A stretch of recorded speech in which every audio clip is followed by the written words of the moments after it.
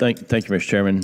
Secretary Meink, the Robins Air Force Base, Robins Air Logistics Complex is a critical logistics depot maintenance part of the United States Air Force. I'd love for you to come down and visit Robins and accompany you there, as well as Moody, where we look forward to accepting the F-35. Can you confirm that the U.S. Air Force is still committed to a 3-depot strategy? Yes, Congressman, I can confirm that, and looking forward to coming for a visit. And Robins is critical infrastructure. Yes, sir. As the Air Force, as other branches, continue to divest older equipment, non-survivable equipment, I want to speak specifically to ISR. So we're getting rid of a lot of airborne ISR. How are you going to handle the demand for the ISR services that the combatant commanders need? How are we going to task that with the drawdowns? Hey, Congressman, that's always, you ask any combatant commander, they're always looking for more theater ISR. And they say ISR, when you think about it, intelligence is an outcome. SNR, surveillance and reconnaissance, is a mission. They really want that situational awareness to help them make decisions. That's what it is. Historically, it's come through platforms. And so that's what they say, I need the theater ISR. They really need some of those decision support mechanisms. And so as we move from some of that that's been manned to some of that that's been unmanned, some of that's been an airborne layer, now some of that's going to go to space. Some of it has been evolving with open source intelligence fusion. So I think we need to be creative about understanding what is the capability you need rather than the platform you need. And as they do desire the platforms in any one domain or another, then we're going to have to manage those scarce resources as we evolve to those things that we've used in the past because we've had more permissive environments to those things that will be survivable in the most contested environment.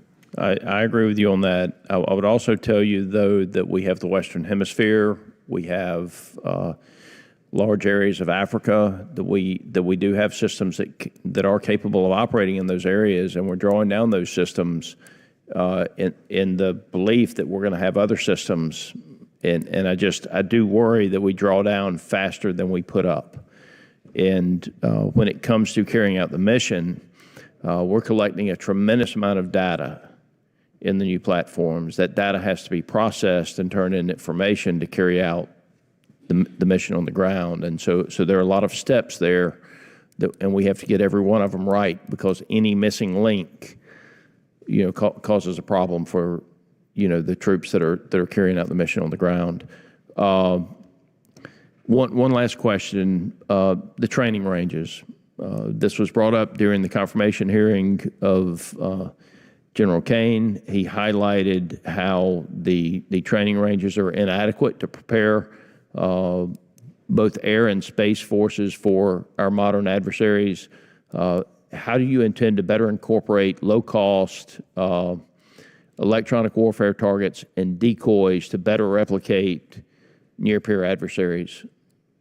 Thank you, Congressman. I can let General Saltzman speak to the space side. But on the air side, obviously, the Nevada Test and Training Range and J-Park out up in Alaska and in the Pacific are the primary ones that we want to ensure we're paced for the high-end threat. To the extent that we can bring up the other ranges, we will do so. But you made the right point, which these threat emitters are the ones that can replicate better than they have been able to do in the past to get better training on those ranges. Those low and mid-cost threat emitters are the key.